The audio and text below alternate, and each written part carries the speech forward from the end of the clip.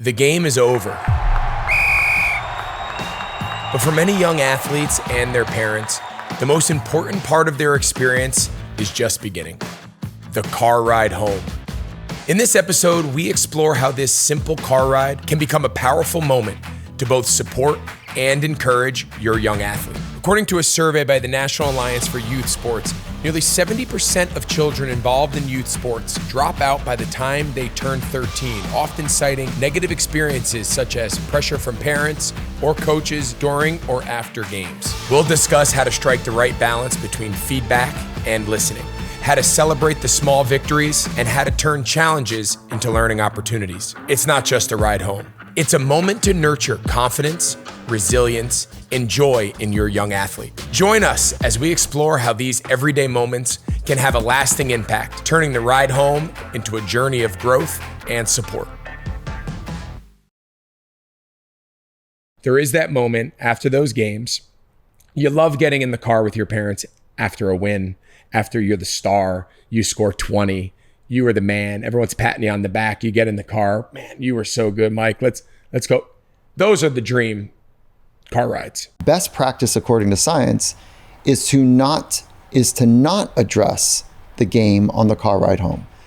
And I don't know if it sounds like you would flat out disagree with that. And the reason it's best practice is to ask the kid, give them some sort of invitation. Do you want to talk about it or not? Which is a deeper level of control. I know that, and I don't follow that practice the way that you might think I do. Yeah. So what I do when I get in the car is I say, how was it? And that's still alluding to the game. And then if there's not a whole lot of response, I'll say, any unlocks? And so I'm just looking for the top level kind of opening that he might go into. And he says, no, there's nothing. And I'll say, all right, do you want to talk about now or later?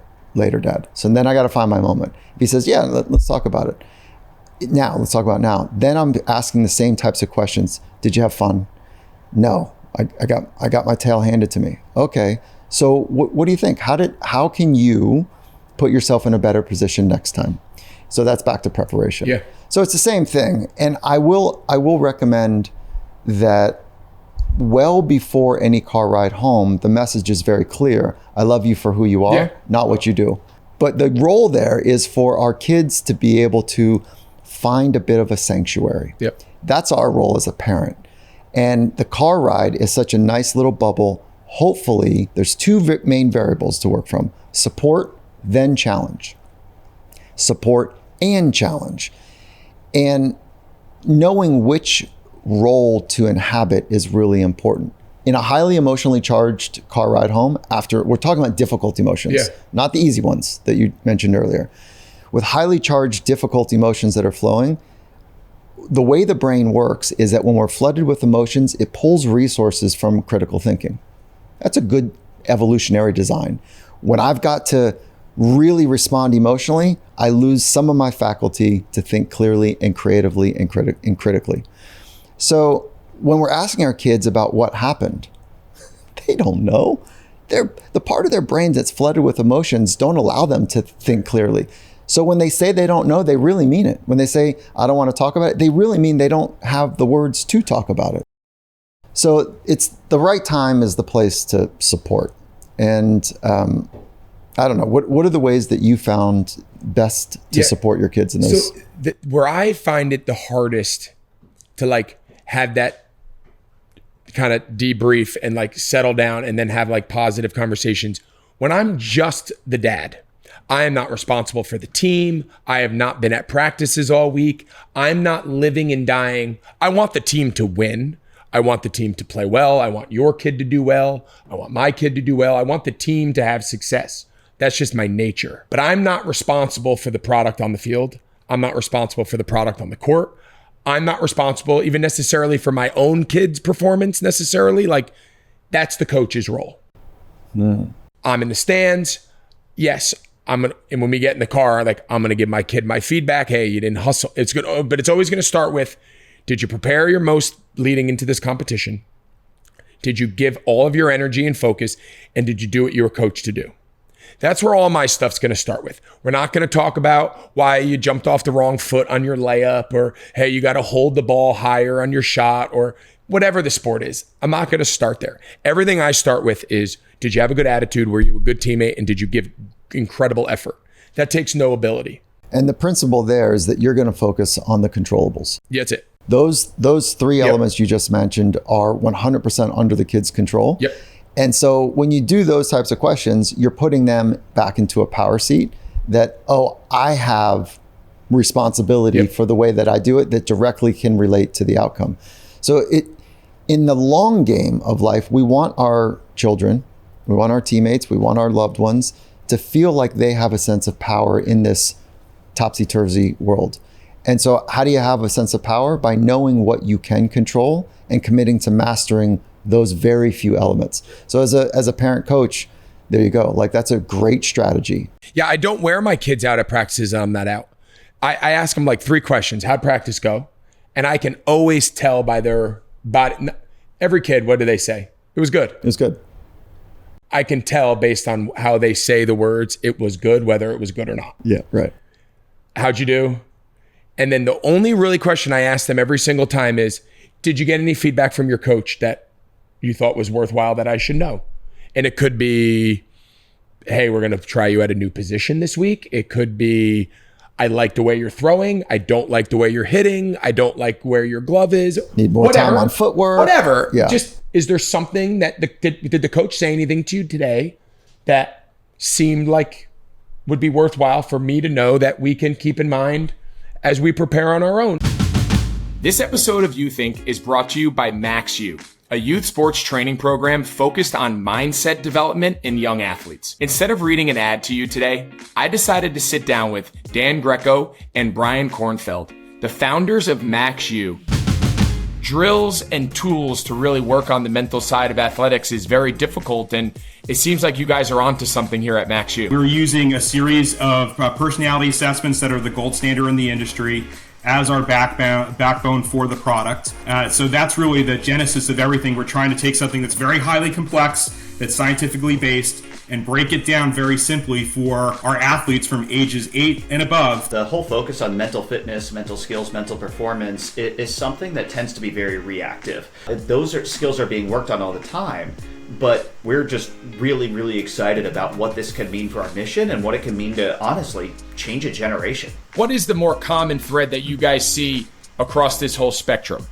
Yeah, I know for what I've seen, Greg, it's really confidence, resilience, coping skills. Those are kind of the 3 big ones that we see very common across the board at different stages. And it's interesting, when you go through the program, it grows with you. So what you need at 12 is not what you're going to need at 13 or 14. And that's really the magic behind it. As you continue to grow and you garner those skills, it helps, grow with you as well. We need to give them the guidance, but in your case, give them the tools.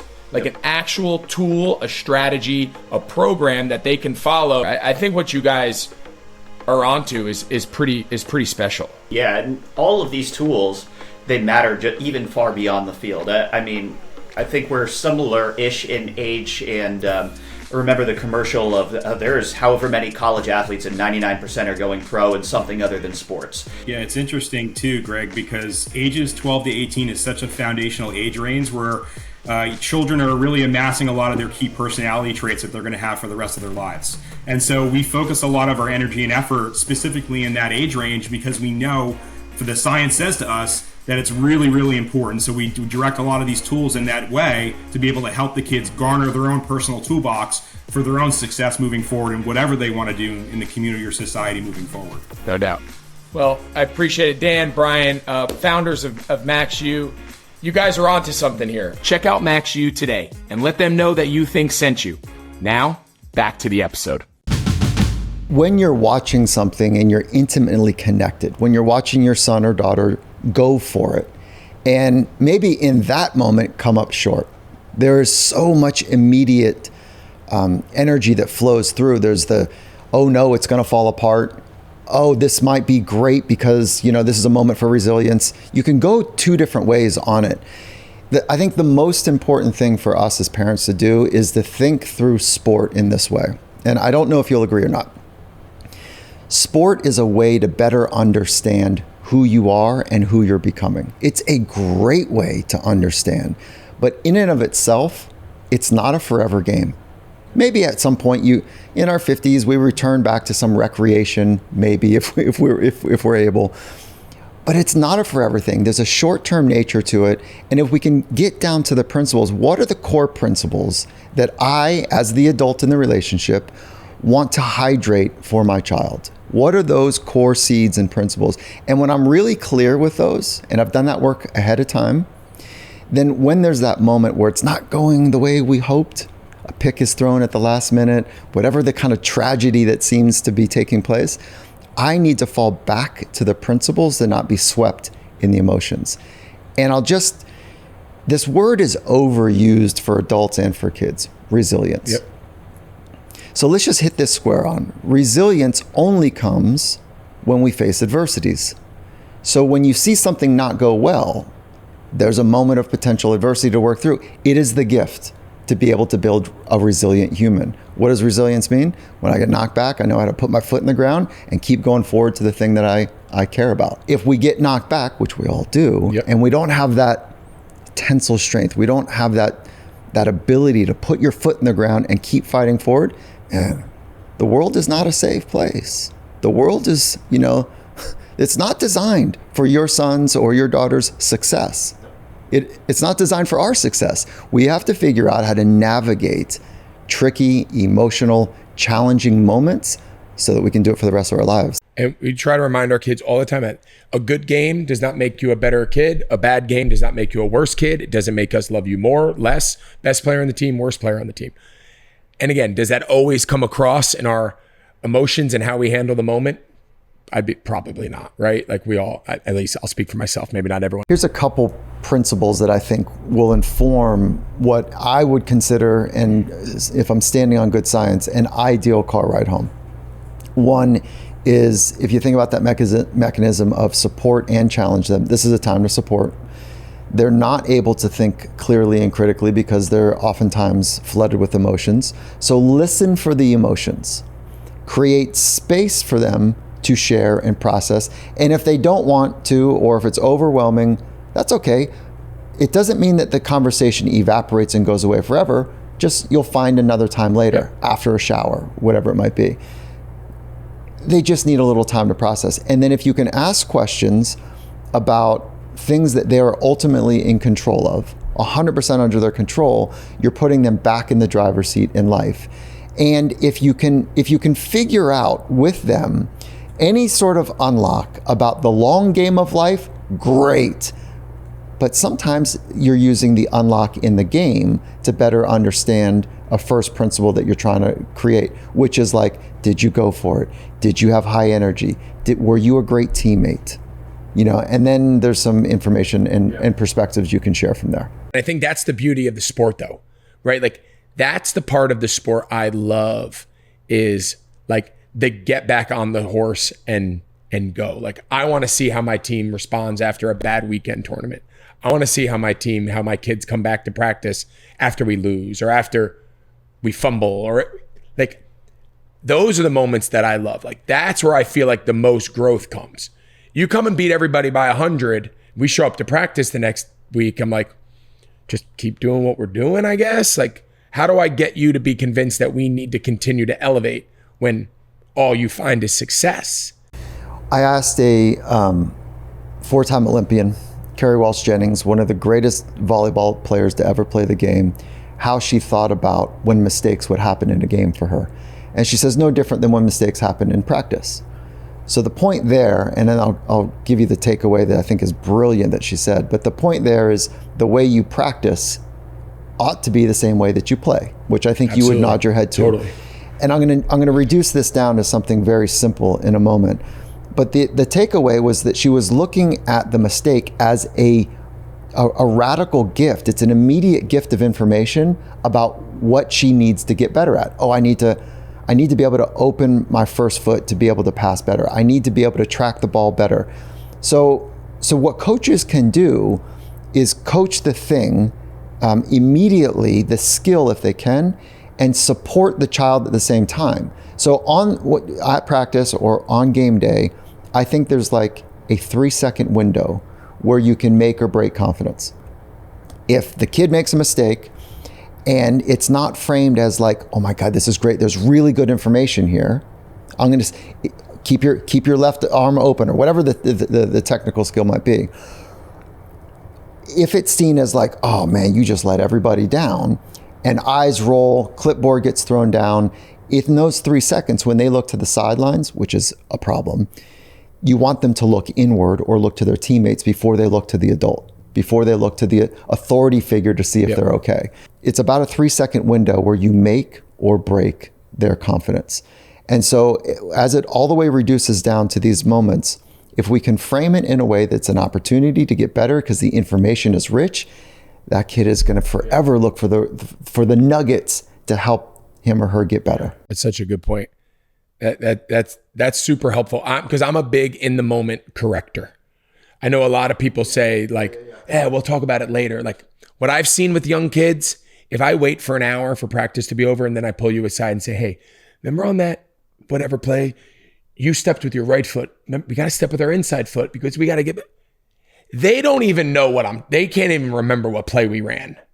So like there is I do believe like in the moment, the correct way, but like in the moment, real time, especially in practice, when we can kind of stop, okay, reset, run it again.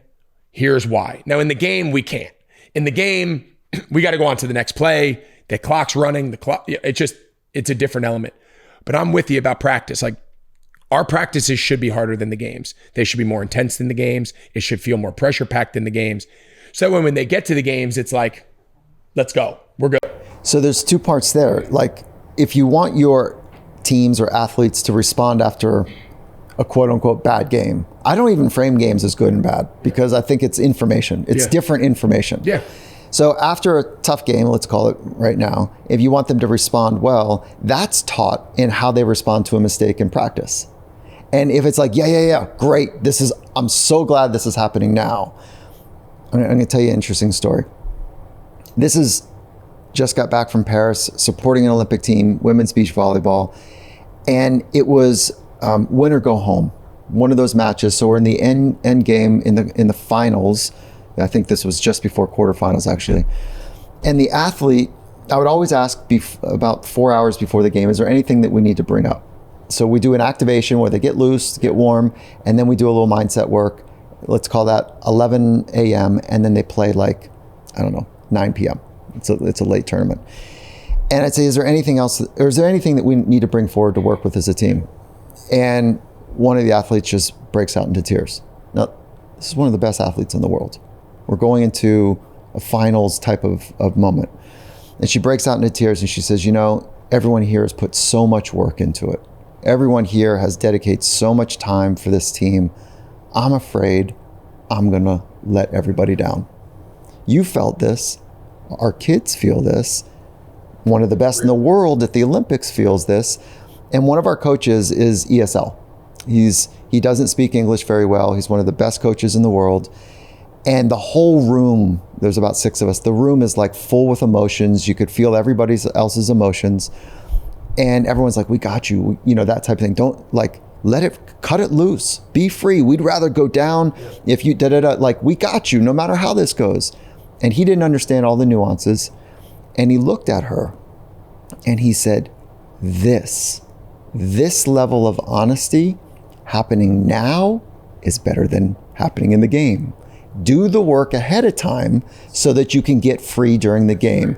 Do the work in practice to coach resilience, to coach mistakes, to coach, BBL, bad body language. Yep. Coach that stuff in an excellent way, in a caring way, in a strong way in practice so they know how to conduct themselves when there's a little bit more intensity. That's applicable to every level of sport. Every athlete at some point, whether it's 5th grade basketball or Olympic gold medal game, everyone has that feeling at some point. And as a coach, you're spending, in some respects, more time with my son than I am. For sure. And so the role that the coach takes is so incredibly important. And what I'm counting on you, if you will, if you were coaching my son, is to teach him how to be a man. That is my job. Yep. Right? That is our community's job. But you hold, and if it's not a boy, it's a girl. Like, yeah, whatever. Yeah, right. To teach them how to be a great adult. And what that means, more than anything, more than touchdowns, more than whatever, is, do you have care in your life? Do you care about people and about people's future? Do you have compassion? Do you have strength? Are you kind and strong are the two variables and the principles I'm always grounding my kids with. Kind and strength. And that's, so when I'm choosing a club or a coach for my son, or we're choosing as a family, those two variables must be in place from the coach, that he's going to support core principles that maybe I can't teach or that are really important to the family. Our conversation continues. We are super happy to really talk to a family that's seen the power and the impact of Max U, Roger and Ike German. Roger, the father, Ike, the son. So having you both here together, welcome you guys. Appreciate you joining us here at You Think. So Roger, I'm going to start with you. Just how'd you come across Max U? And when you first saw it, like, how did you recognize that this might be a tool, this might be something that could serve your family and specifically your son, Ike, well? It's been just a great complimentary way for me as a parent to talk to my son on the mental side, but also have that backing, because it's hard to be a prophet in your own land some days, of really grounded information that helps Ike and helps me actually work with Ike. I'm feeling probably like a better athlete than I was before I found out about Max U. Roger, what have you seen? So what it really helped me do, honestly, Greg, was get a chance to, one, watch his results and mine. How do I ground true that I'm doing the right thing, right? That what I've been doing so far, was the right way to go. It helped reinforce. So I knew what Ike was hearing. I knew what Ike was thinking.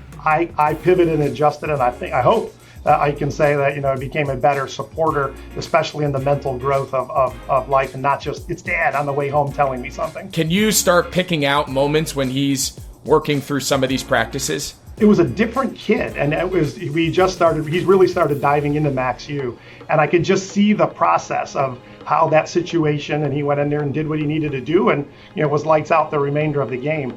But I watched all those synapses kind of go off, and it made me feel really good, because while I felt I coached him enough, while I knew Max U was giving him, the tools he needed. Appreciate you guys taking the time. Appreciate you guys coming on and sharing about your experience with Max U. And Ike, best of luck to you, buddy. Keep working hard and keep developing. And Roger, dad to dad, I appreciate you coming on and sharing a little bit of insight on this whole journey. Happy to do so. Appreciate what you do, and for You Think as well. Check out Max U today and let them know that You Think sent you. Now, back to the episode. We've talked so much about the role as a parent coach. So now take the coach part out of it. Let's just talk about the role of a young athlete and just the parent. My rule is I coach each one of my kids' teams one season of each. So I do my son's football team, I do my other son in the spring's baseball team, and then I do my daughter's winter basketball team at school. I'm in charge of one sport a season. Each one of my kids gets me for one season. Then the other seasons, you go play for somebody else and I'm dad.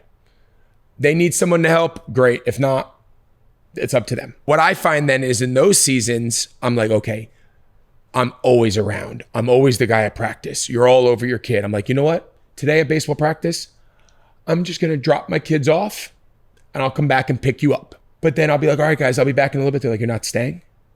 I'm like, so here I am. I'm like, I think I'm giving you a little space because I feel like sometimes everything you ever do, I'm there at practice running it, and you need a little space. Go play without me. I'm not looking over your shoulder. You don't need to look in the stands. Go to 2 hours of practice. Tell me how it is after. And then they kind of look at me and they're like, why aren't you going to stay and watch? So I don't know. So I guess that's my question to you. Is there the right mix of always being around, never being around? Obviously, it's a whole different conversation. And finding a middle ground. What does that relationship look like? Zamboni parenting, which is the parents get out in front of the kid, get the ice real smooth so there's no divots. It's an easy glide in life. There's problems with this, right? Yeah. Helicopter parenting, which we're familiar with. Yep. Always hovering over and making sure that safety is of paramount. And then there's the quote unquote tiger parenting, which is the pushing. What do you mean A-? That's not going to get it done. How are you going to get to a top 5 university in A-? Okay, so Those are three different styles that are all quite problematic. The theory would suggest that there's authoritative, authoritarian, and laissez-faire. These are all three different types of parenting styles, not the fun names I just mentioned before. Sounds like you're describing like governments. Yeah, pretty much. Political styles. So laissez-faire parenting is like, hey, kid, go do whatever you're going to do. Like, I've got my hobbies. I've got my things. And my things are actually really important to me. And I don't care what you do. Like, you're going to figure out life like I figured out life. So laissez-faire parenting, that's not you. No. You are not. And the research is not supportive. They're laughing off camera. Yeah, that is not you. You are not that. Then there's authoritarian and authoritative. Authoritarian is just what it sounds like. Kind of like a dictator. Sit down, don't talk. This is not good enough. That's not good enough. Like, these are the rules. You're going to follow them no matter what. There's a dogma. There's a strictness. It's an imposement of will on the child. Research does not support that parenting style much either. They tend to have later in life more deeper and more problems. Authoritative is your style that you're describing. So when the listener is feeling this right now, they're feeling and listening to how you're speaking as an authoritative parent, which is, I'm going to be clear, I'm going to be direct, I'm going to have passion in it. I see you, kid, but I'm still bringing some intensity in the way that I think is right. Mm-hmm. And so the research would suggest that that is the best parenting style. So the first and foremost is to know your parenting style. Okay, everyone wants to be the authoritative, like I just described, but the most important thing is to know your child. What does your child need? Support, and then challenge them in an uncommon way. Support, support, support, then challenge. Support, support, support, then challenge. And if they don't want you to be there, great. If they want you to be there, great. The thing that's weird is I'm thinking, oh my God, you're going to be thrilled that dad's not at every, and they look, and here I'm thinking like, all right, great, dad, yeah, just pick me up in 2 hours. And then I pull away and I'm like, they look at me like, why are you not staying? And I'm like, because I didn't think you wanted me to be at every practice. And they're like, it's a little, stay and watch. I'm like, okay, I guess I will, like. Well, maybe they feel safe. Maybe you get crazy if you're not around and you're like, well, how was practice? No, maybe this is not a blind spot for you. No. You know this about me. There's one thing I hang my hat on is self-awareness. No one has to point out my shortcomings. I have a very good grasp of them. You are very good at this. And this is one of the great skills that you're going to pass on to your kids that I hope each listener can do is like the whole thing in life rests on self-awareness. How aware are you of your thoughts, your feelings, your physiology, your shortcomings? All of that. That's like, how aware are you? Because if you're unaware, it's a hard go in life. Yeah. The second thing, that's the whole world is run on relationships. Your relationship with yourself first, your relationship with others, your relationship with experience, both easy and hard, success or failure, whatever. So this whole game inside the game is really about increasing awareness, increasing skills, and increasing the quality of relationships. If we thought about those three, we're going to help build great humans. Yeah, that's a really forward. good way to summarize it. Thanks for tuning in today. Let's take a few minutes to go over some specific takeaways to help make the car ride home a more positive experience, one that supports our kids, not just as athletes, but as growing, resilient people. One thing we've learned today is that the car ride should be a time of reflection, not a rundown of the mistakes or misplays. Instead of diving into performance feedback right away, use this time to just listen. Often just simple, open-minded questions like, how did the game feel for you? What did you enjoy the most? Open the door for your child to share their experience, but in their words and in their terms. When it comes to providing feedback, one of the most powerful things that we can do as parents is focus on the controllables. Instead of zeroing in on specific plays or stats, encourage your young athlete to think about aspects that they control, their effort, their attitude, maybe how they supported a teammate. Something else we can take away from today's episode is the importance of setting a calm and supportive tone. We know it's tough to switch off our own competitive energy, especially if we're also the coaches. This is something that hits directly at home with me. But in the car, we're there in that safe space, but we're not there as their coach.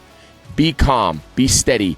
In those moments, we can teach our kids that it's okay to have big feelings and that home, or in this case, the car, is where they can express them without judgment. We're modeling emotional resilience for them just by being there in a supportive, non-critical role. Lastly, keep in mind that each car ride home is an opportunity to reinforce the message. I love you for who you are, not for how you perform. And I think that's such a powerful message that all kids need. We put so much pressure on them to play well and to work hard. And while that's fine, it cannot become their identity. Let them know a good game doesn't make them a better person, and a tough game doesn't make them any less. This simple message is one of the most valuable gifts we can give, helping kids understand that their worth isn't defined by wins, losses, or stats. So to sum it up, as parents and coaches, we can turn the car ride home into one of the best parts of youth sports. Make it a moment to listen, celebrate in what they control, and remind them that your support